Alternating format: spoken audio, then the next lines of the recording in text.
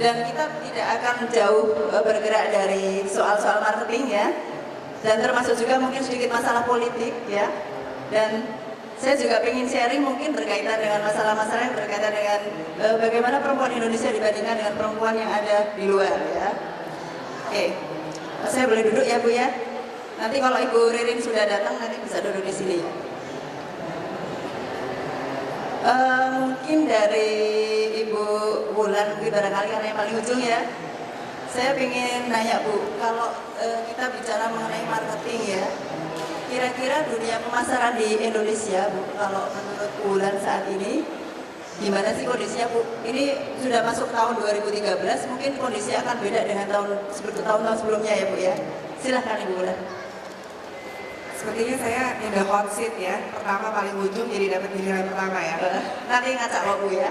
Saya banyak belajar dari Pak Hermawan tentunya. Di tahun 2013 ini sebenarnya special year ya untuk perempuan kalau menurut saya. Karena memang trennya sendiri adalah HSBC ya, Health, Service, Beauty, and Consumer Goods. Jadi kalau untuk wanita sendiri, bagian yang at least tiga pertama itu, it comes naturally for women. Jadi untuk di bidang health, services, gitu dan beauty sendiri, perempuan itu mempunyai natural talents yang pastinya justru ini merupakan opportunities atau celah yang bisa dipakai dan dimanfaatkan untuk shine bright like a diamond. Oke, kelihatannya itu lebih fokus ke back to nature ya Bu ya, kalau nggak salah ya Bu ya. Kalau menurut Ibu Siana bagaimana Bu? Kira-kira ini kan saya lihat ini sepak terjangnya luar biasa ya Bu ya tahun ini. Gimana Bu? Kalau menurut saya tetap 2013 itu kalau kita berpatokan bahwa market untuk perempuan itu menurut saya masih besar sekali karena di seluruh dunia ataupun di Indonesia jumlah perempuan lebih banyak dari pria. Jadi menurut saya kalau 2013 kita masih fokus di market perempuan menurut saya masih tepat sekali. Jadi yang diajarkan Pak Hermawan marketing 3.0 untuk fokus ke perempuan menurut saya masih cocok sekali untuk di tahun ini karena marketnya sendiri masih di situ dan kalau kita fokus di market perempuan, kalau kita bisa memuaskan kaum perempuan yang ada di Indonesia, berarti kita bisa menyasar semua market yang ada di sini karena biasanya perempuan lebih detail dan lebih saat mau membeli sesuatu dia akan benar-benar fokus apa yang mau dibeli dan untuk keluarganya juga. Jadi menurut saya 2013 masih banyak peluang ya Bu ya. Peluang. Tapi kalau dari beberapa riset Harvard ya disebutkan bahwa perempuan itu sebenarnya susah dipuaskan. Nah mungkin dari Bu Yanti ya sebentar ya, saya ingin nanya Bu, kalau dikaitkan dengan konteks kehidupan bermasyarakat, berpolitik ya, kemudian bisnis di Indonesia, kira-kira kaitannya dengan perempuan Indonesia bagaimana Bu tahun 2013 ini?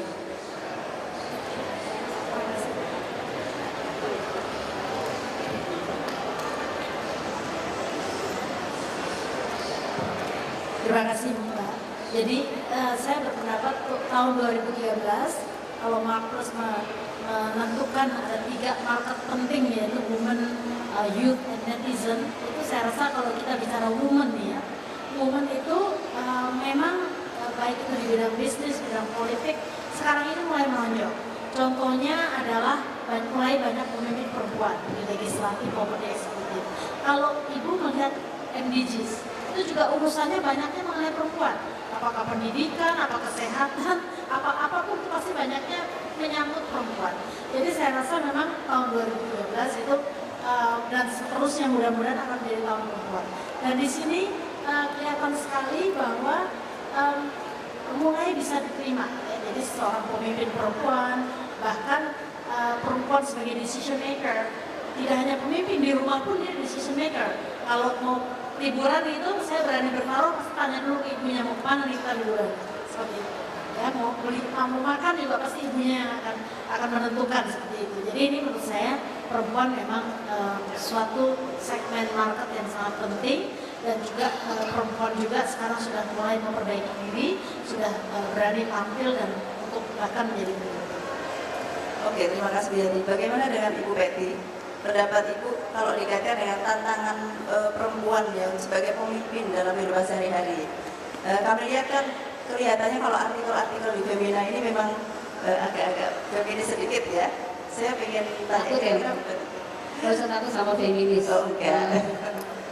Kalau saya melihat, kalau soal tantangan ya, kebetulan kami itu setiap tahun membuat suatu research mengenai perempuan di Indonesia, tantangan dan peluangnya dan apa harapannya dia, mungkin juga kecemasan.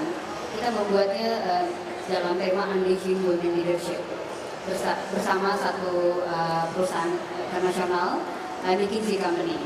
Tahun lalu, salah satu yang menjadi concern dari wanita di Indonesia ternyata multi peran itu. Jadi bagi sebagian perempuan di Indonesia, perempuan karir seperti yang ada di dalam ruangan ini atau juga wirausaha, multi peran itu ternyata membuat mereka harus melakukan segala sesuatu 2-3 kali lebih berat. Sebenarnya kalau kita melihat itu bisa menjadi beban, bisa juga menjadi tantangan. Kalau kami di Femina melihatnya sebagai tantangan ya, gitu. Jadi wanita itu memang tuntutannya seperti itu, tetapi juga kita harus bisa melihat bahwa di Indonesia seperti disampaikan tadi, peluang itu udah banyak. Kita bisa berpartisipasi atau mengaktualisasikan diri di banyak segi, termasuk di dunia pemasaran misalnya. Seperti itu. Oke, terima kasih Bu. Mungkin dari Ibu Siada mau menambahkan Bu kaitannya kalau tadi kelihatannya kan ada tulisan perempuan ya, anxiety desire perempuan ya.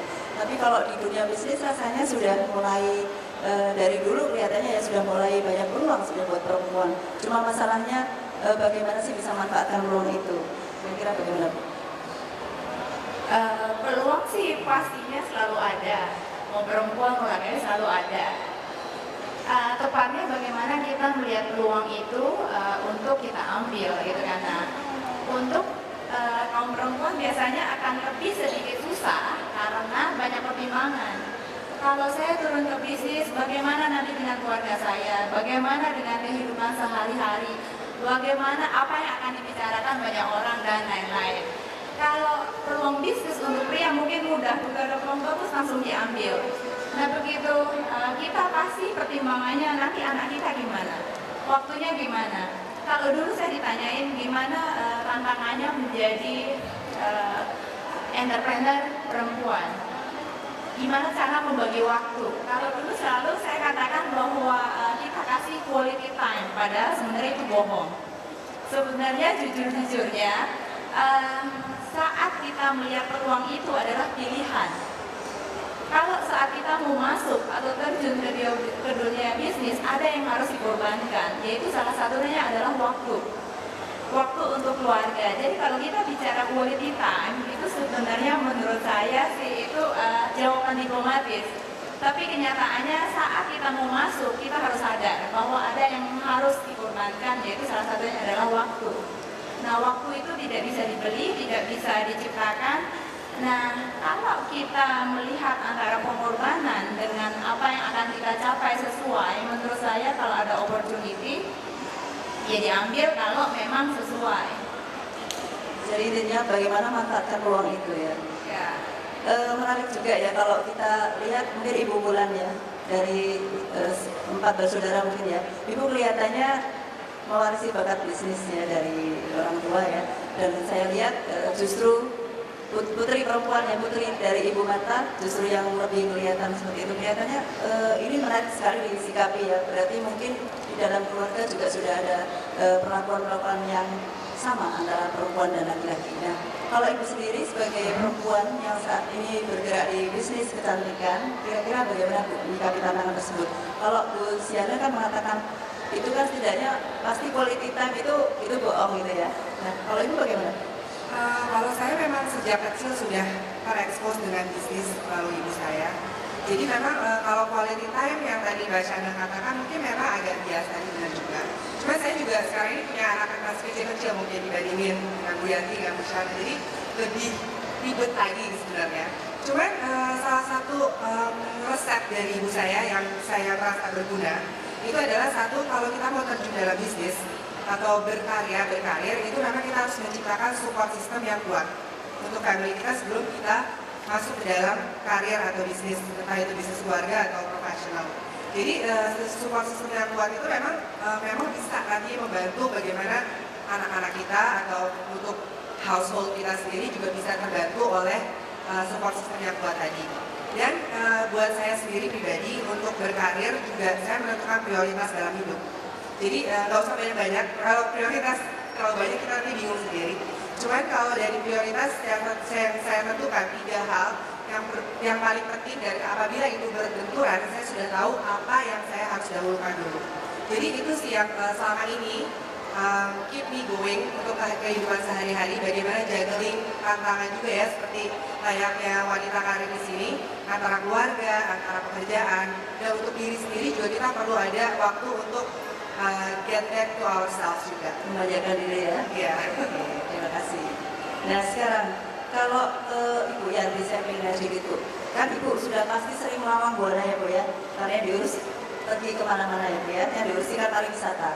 Kalau Ibu lihat sendiri kira-kira ada nggak sih perilaku unik perempuan Indonesia dibandingkan dengan perempuan-perempuan mungkin di ASEAN, mungkin di negara lain Bu?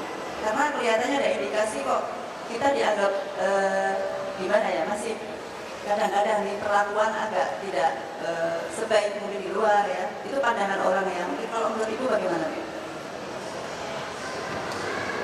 Saya yang bicara di bidang pariwisata, ini kalau mau jujur ngomong, pekerjaannya tuh kebanyakan perempuan ya, yang bekerja di bidang pariwisata ya.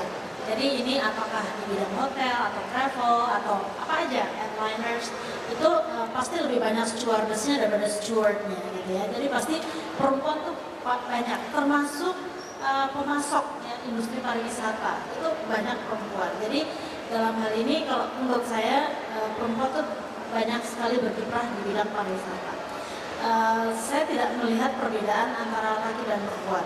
Kalau yang di bidang lain mungkin saya nggak tahu ya, tapi kalau dibandingkan dari negara lain itu memang perempuan Indonesia ini kan penuh dengan culture dan tradition ya. Jadi culture dan tradition itu yang kadang-kadang kalau mau dibilang menghambat tidak bisa, tetapi menurut saya kalau kita tidak keep kita punya culture dan tradition, kita akhirnya kita jadi apa gitu.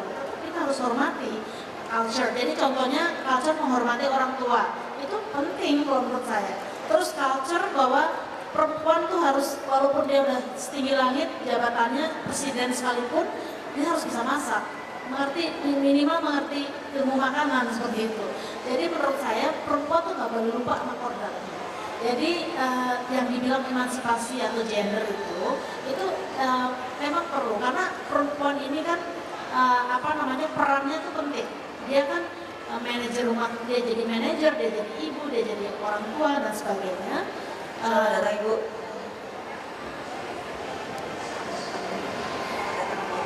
Nah ini Selamat datang Ibu Menteri. ya, berarti karena dia harus menjadi manajer, dia harus jadi pemimpin bagi anak-anaknya. Jadi memang kalau dibilang emansipasi, kaum perempuan itu juga harus sadar, dia juga harus berusaha untuk bersaing seperti itu. Ya, jadi seperti contohnya saya juga bergerak di bidang politik ya, yang dimana tugas saya untuk mencari caleg perempuan seperti itu. Dan undang-undang mengatakan harus 30% perempuan. Itu pada waktu saya turun ke lapangan itu memang kendalanya tuh biasanya di tradisi dan culture. Ya kan, yang suaminya nggak boleh lah, yang gitu seperti itu. Tapi saya motivasi lagi, saya bilang bahwa bayangkan kalau ibu itu tidak punya cita-cita untuk berjuang, ibu itu tidak punya cita-cita untuk berkembang atau memperbaiki atau kesejahteraan keluarganya, terus mau jadi apa tuh ibu? Padahal dia harus mendidik anak-anaknya. Ya, anaknya nanti akan jadi apa kalau ibunya tidak bisa mendidik anaknya? Jadi di sini kalau menurut saya memang perempuan sendiri itu harus sadar, dia harus berjuang, ya dia tuh harus punya semangat gitu untuk berjuang, dia harus tahu posisinya tuh ada di mana. Tapi yang nggak boleh lupa tadi, tetap culture tradition kita harus pegang ya. Jadi nggak boleh mentang-mentang kita udah jadi bos gitu ya, masak telurnya nggak bisa gitu kan, nggak boleh. Jadi terus Saya seperti di Jawa, Bu, saya nggak bisa masak Bu. Oke, selamat datang Ibu Ririn. Mungkin langsung menyambung saja Ibu. Topik kita hari ini kan marketing woman ya, tapi sesuai dengan pengalaman masing-masing ibu-ibu di sini, ibu yang cantik-cantik hari ini ya. Saya ingin tanya pendapat Ibu mengenai seperti apa sih pemimpin perempuan perempuan di Indonesia saat ini? Kan kalau kita lihat sepak kerjanya Pak Roy ya, itu sudah luar biasa, sehingga Ibu harus mendampingi terus-menerus kemana-mana. Ya. Terima kasih. Pertama saya ucapkan selamat sore bagi seluruh hadirin di sini. Mohon maaf tadi agak telat ya. Jadi menyambung diskusi kita sore ini, pemimpin wanita ya di era saat ini memang kalau menurut saya memang pemimpin yang sudah memang bisa mencerminkan ya, artinya kita dari sisi sudah nggak ada isu gender ya, istilahnya kalau untuk seorang leader, saya rasa di masa sekarang semangat Kartini itu sudah terwujud ya sebagian besar ya, karena kan adanya equal untuk masalah pendidikan dan kesempatan-kesempatan apalagi di bidang karir, seperti yang disampaikan juga politik ya, apalagi di tahun ini kuota wanita itu meningkat ya, harus disyaratkan di 30% ya, dan ini sebetulnya suatu kesempatan yang sangat bagus untuk dimanfaatkan oleh para wanita Indonesia ya, untuk bisa masuk di kancah politik juga, karena melalui politik itu menjadi calon rakyat itu kita juga bisa memperjuangkan aspirasi, memperjuangkan semangat-semangat Kartini. Kalau menurut saya itu ya. Oke, terima kasih Ibu Menteri. Oke, menyambung ke Panggil saya Ririn aja. Ibu Ririn ya. Oke, menyambung Ibu Ririn tadi ya, untuk Ibu Peti ini. Saya menarik sekali untuk kaitannya dengan kegiatan sehari-hari di Femina ya. Kalau saya lihat proporsi karyawan perempuan ya, mungkin jauh lebih banyak ya. Mengingatkan saya bahwa di dunia kami, di dunia riset juga ada beberapa perusahaan riset pemasaran itu yang mengharuskan karyanya adalah perempuan. Nah, saya sedikit terinspirasi dengan Femina. Kira-kira bagaimana Bu? Ada nggak sih kemudian kalau kita kaitkan dengan situasi di luar sana, perempuan-perempuan di Indonesia yang mengelola beberapa produk media seperti itu, kira-kira gimana? Beda nggak sih dengan situasi di Indonesia?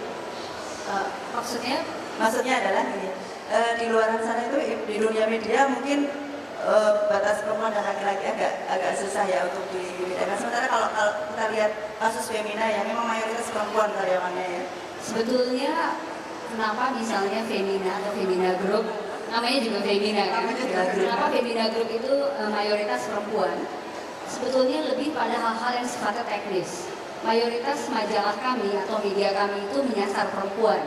Jadi kalau kita bicara mengenai perempuan, paling ideal itu memang perempuan lebih banyak bekerja di situ. Karena apa yang menjadi aspirasi dia, apa yang menjadi ketakutan dia juga, apa yang menjadi keinginan dia itu bisa langsung refleksi ke dalam medianya. Jadi kalau saya sih melihatnya, kalau di dunia media, pembagian perempuan atau laki-laki itu sebetulnya lebih banyak pada hal-hal yang sifatnya lebih teknis ya, gitu. Di luar negeri pun begitu. Jadi kalau misalnya kita masuk, katakanlah kita masuk ke majalah Vogue misalnya, perempuannya lebih banyak. Tapi kalau kita masuk mungkin ke Times Magazine atau Newsweek, saya kira pilihannya lebih banyak. Memang kalau media itu lebih kepada orientasi pada berita, itu umumnya lebih banyak pria.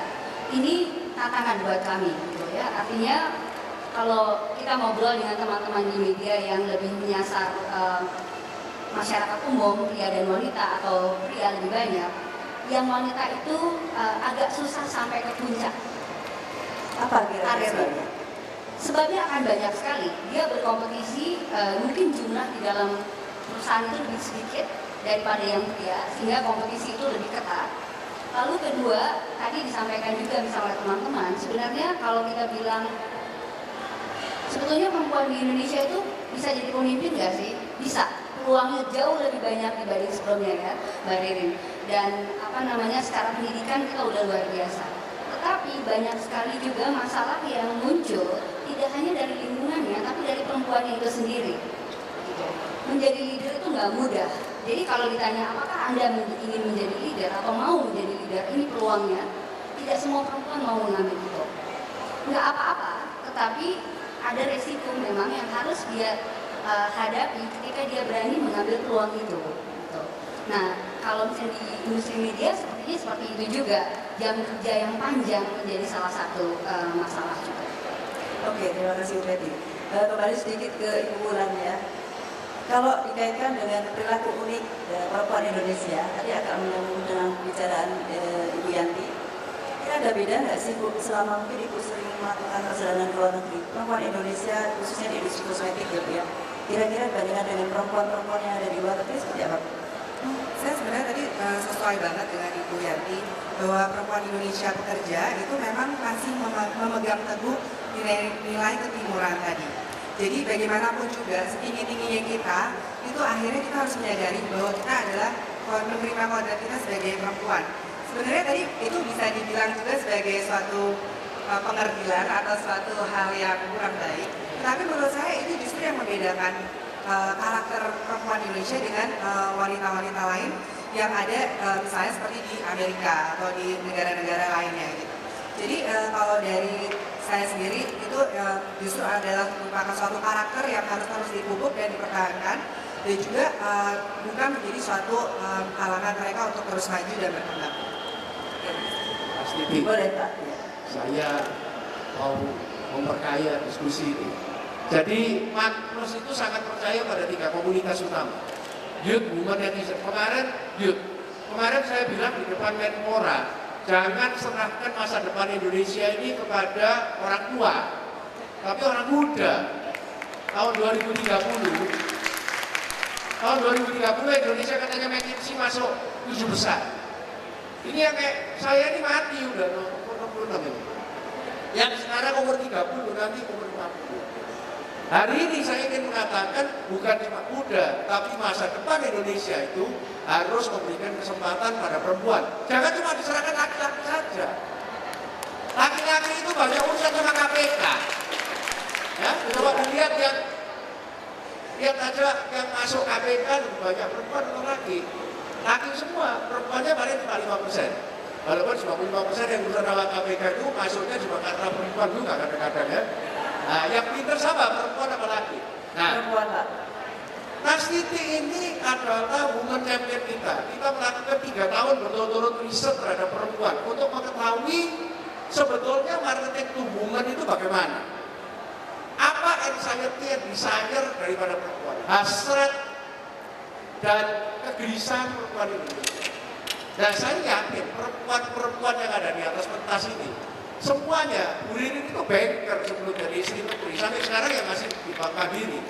Ya, tapi sebentar lagi juga pengen jadi politician karena sudah daftar anggota DPD. Ya, toh? Kalau Ibu Yanti, ya sudah hotel, ketua PHRI 3 kali, ASEAN Tourism Federation Association, kemudian tapi juga ketua PDIP, politician kamaan ini. Bu Mulan ini jualan kosmetik. Bu Peti ini jualan majalah Femina. Bu Syana ini luar biasa ini. Ya, ini pegang Acer, Samsung, dan sekarang buka Pasya di mana-mana. Pionir untuk merubah perilaku orang. Kalau biasanya orang cuma beli di Mangga 2, murah-murahan, sekarang lewat Pasya diberi kesempatan kepada ibu-ibu ini membawa anak-anaknya supaya nyaman, nggak usah tawar-tawaran harga kok. Nah, berdasarkan riset yang 3 tahun itu, Nastiti ini mendapatkan bahwa woman itu adalah singkatan dari W, itu well-being. Perempuan Indonesia itu sangat khawatir kalau well-beingnya hilang. Well-being itu komplit, lahir batin, kecantikan, lahir batin, well-being. Ini teman loh.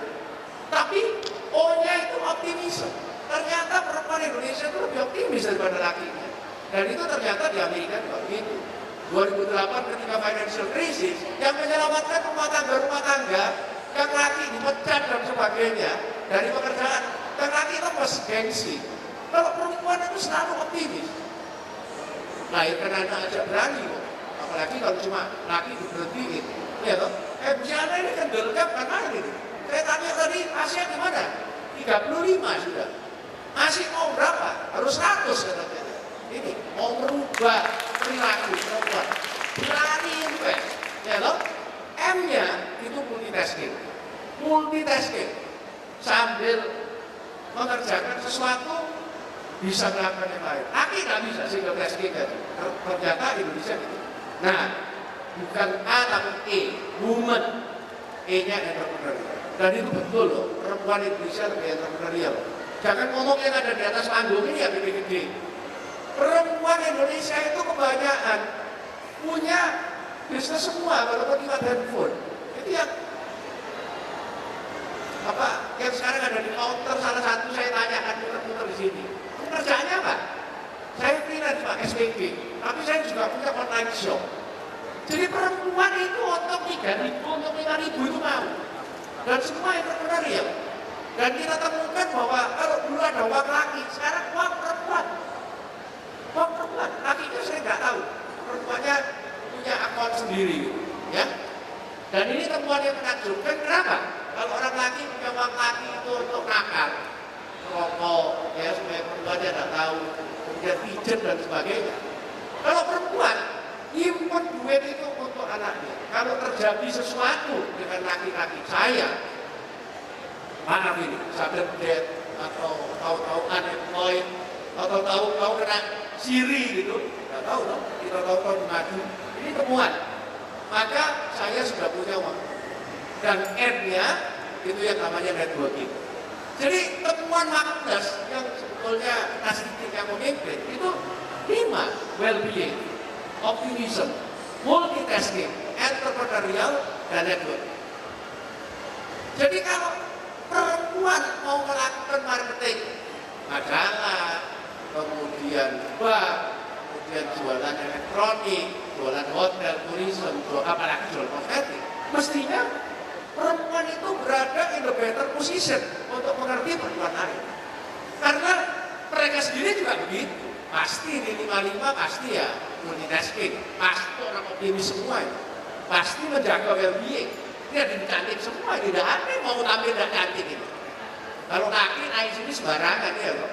Perempuan, lihat aja, semuanya harus sempurna. Dan kelihatan bukan cuma keluarga saja, tapi keluarga networking juga entrepreneurial. Nah sekarang yang harus ditanya Nasiti, gimana? Apakah betul itu temuan kita itu bahwa memang bulan umpamanya melihat bahwa iya ya orang di kosmetik itu memang kepingin well-being.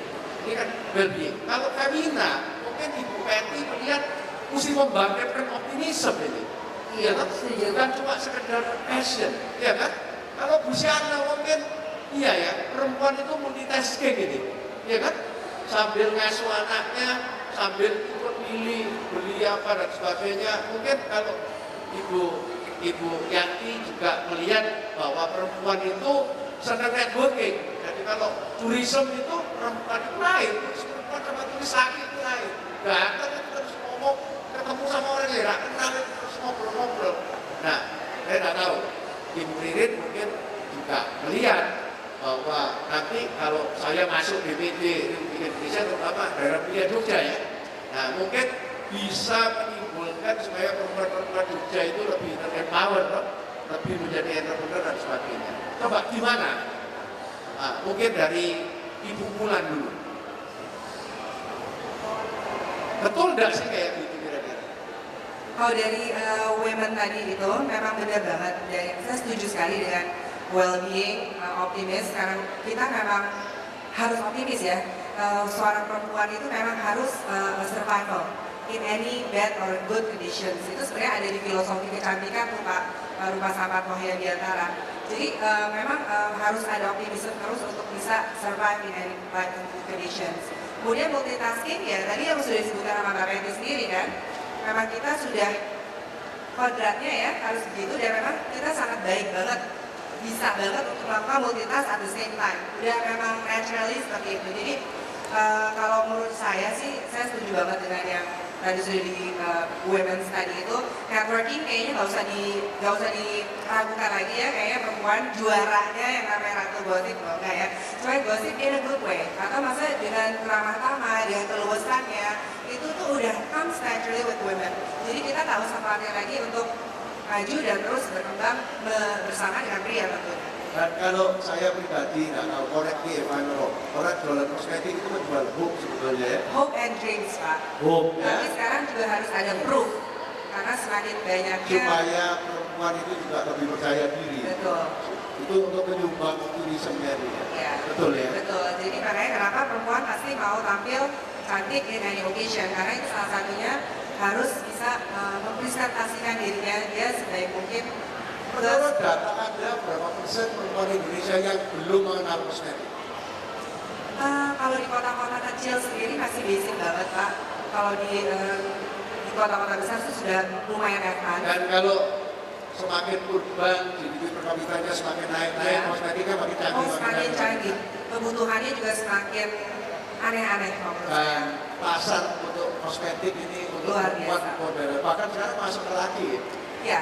Ya laki kayak saya ini pagi mesti facial. Iya memang, tapi terus terang laki-laki Indonesia masih kalah jago dengan laki-laki Korea.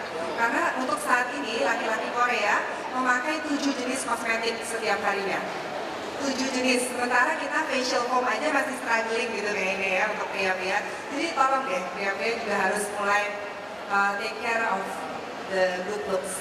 Ya, jadi orang laki yang mulai ke salon dengan kosmetik disebut metrosexual. Ya, and I'm proud to be called metrosexual. I'm not a gay, gitu ya. Tapi mempunyai jiwa feminin yang besar.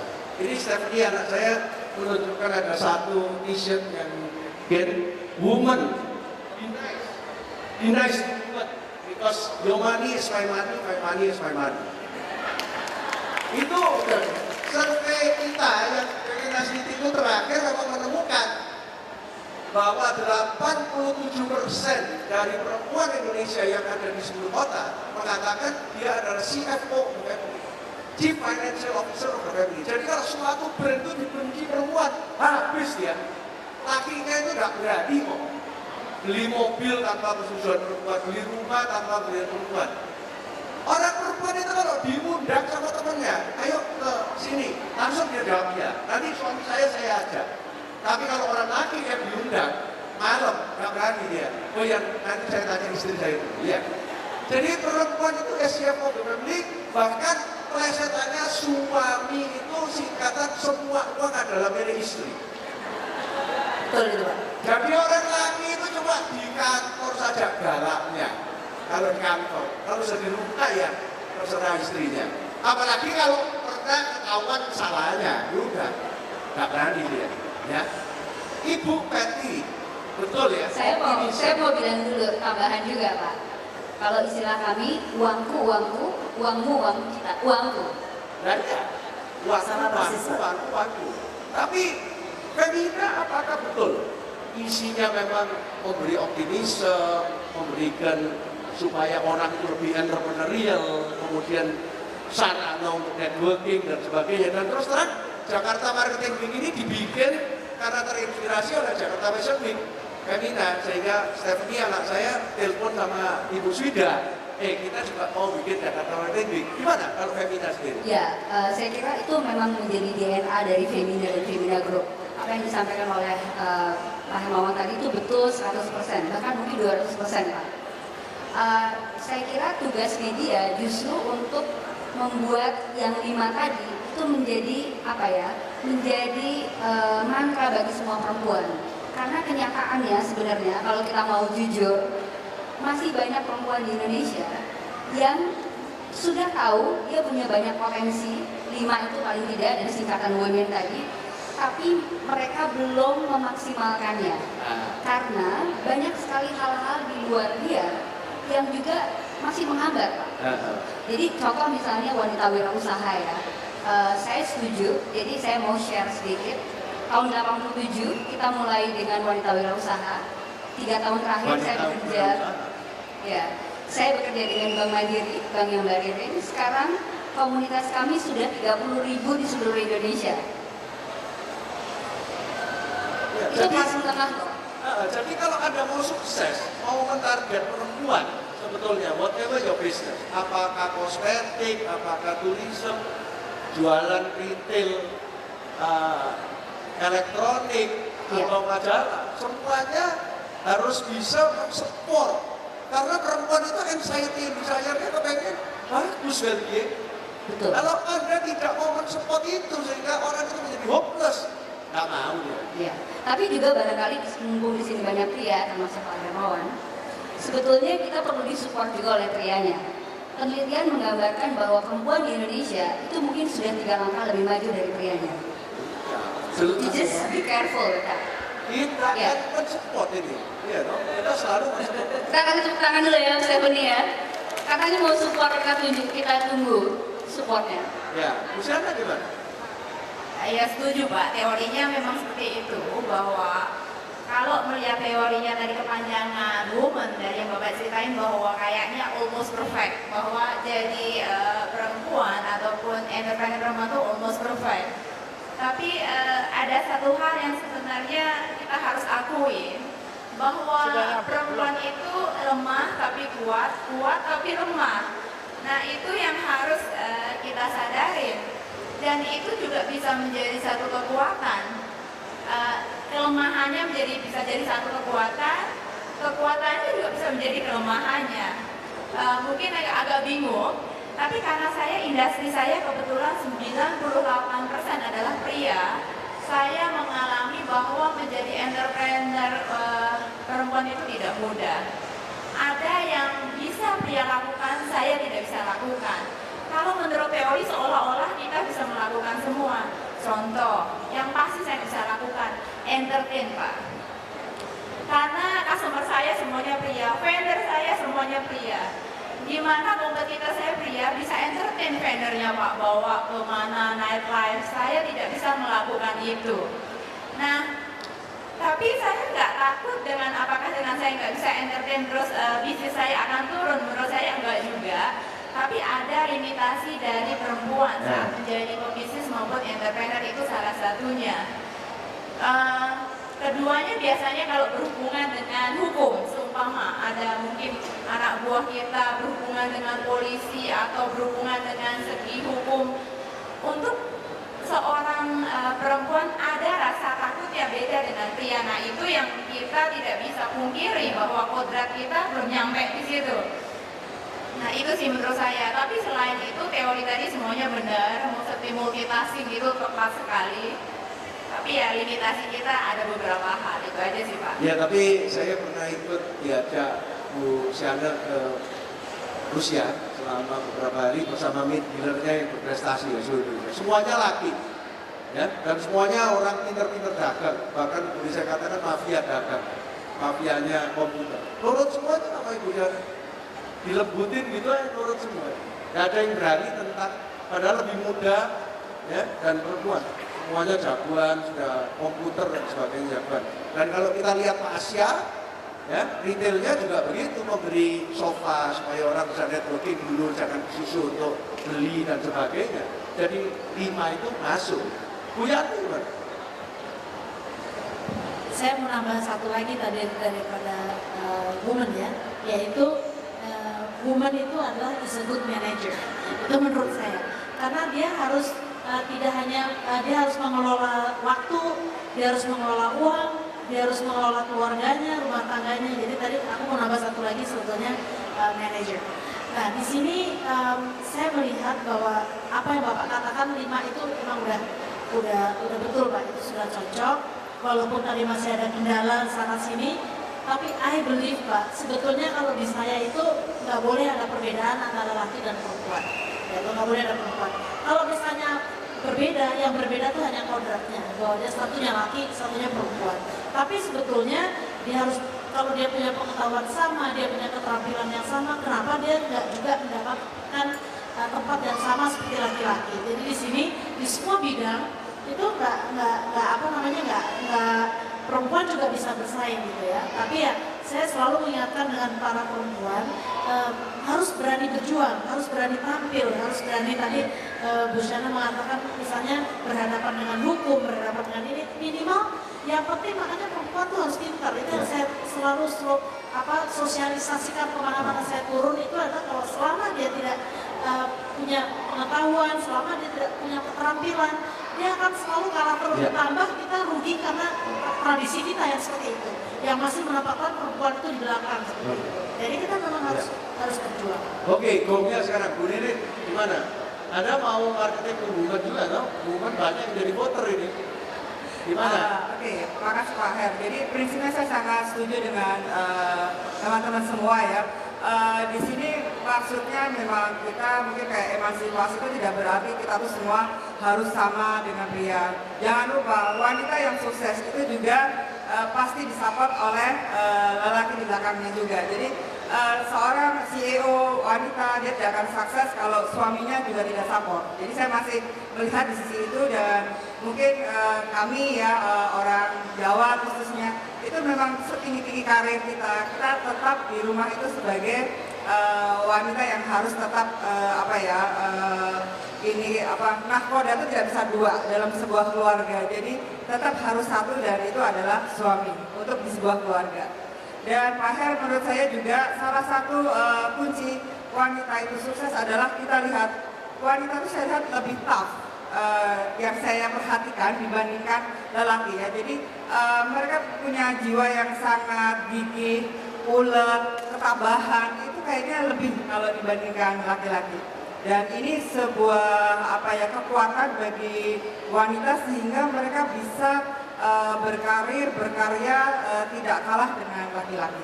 Poinnya itu. Terima kasih, tepuk tangan untuk 5 icon. Terima kasih Bapak Ibu, demikian pemaparan Ibu-Ibu untuk marketing women siang ini. Mudah-mudahan bermanfaat bagi kita semua dan sebelum mengakhiri diskusi mungkin sedikit 30 detik saya menyimpulkan bahwa ternyata untuk perempuan Indonesia masih besar sekali peluangnya dan ternyata juga dari riset kami mengkonfirm bahwa semua hal yang dilakukan oleh perempuan Indonesia sebenarnya masih cukup bisa ditolerir dan akhirnya bahwa perempuan dan laki-laki memang saling bahu-membahu dan itu confirm ya harus ya. Oke, terima kasih. Selamat sore. Sebelum meninggalkan tempat mohon bisa diterima rekan-rekan dari Marbus.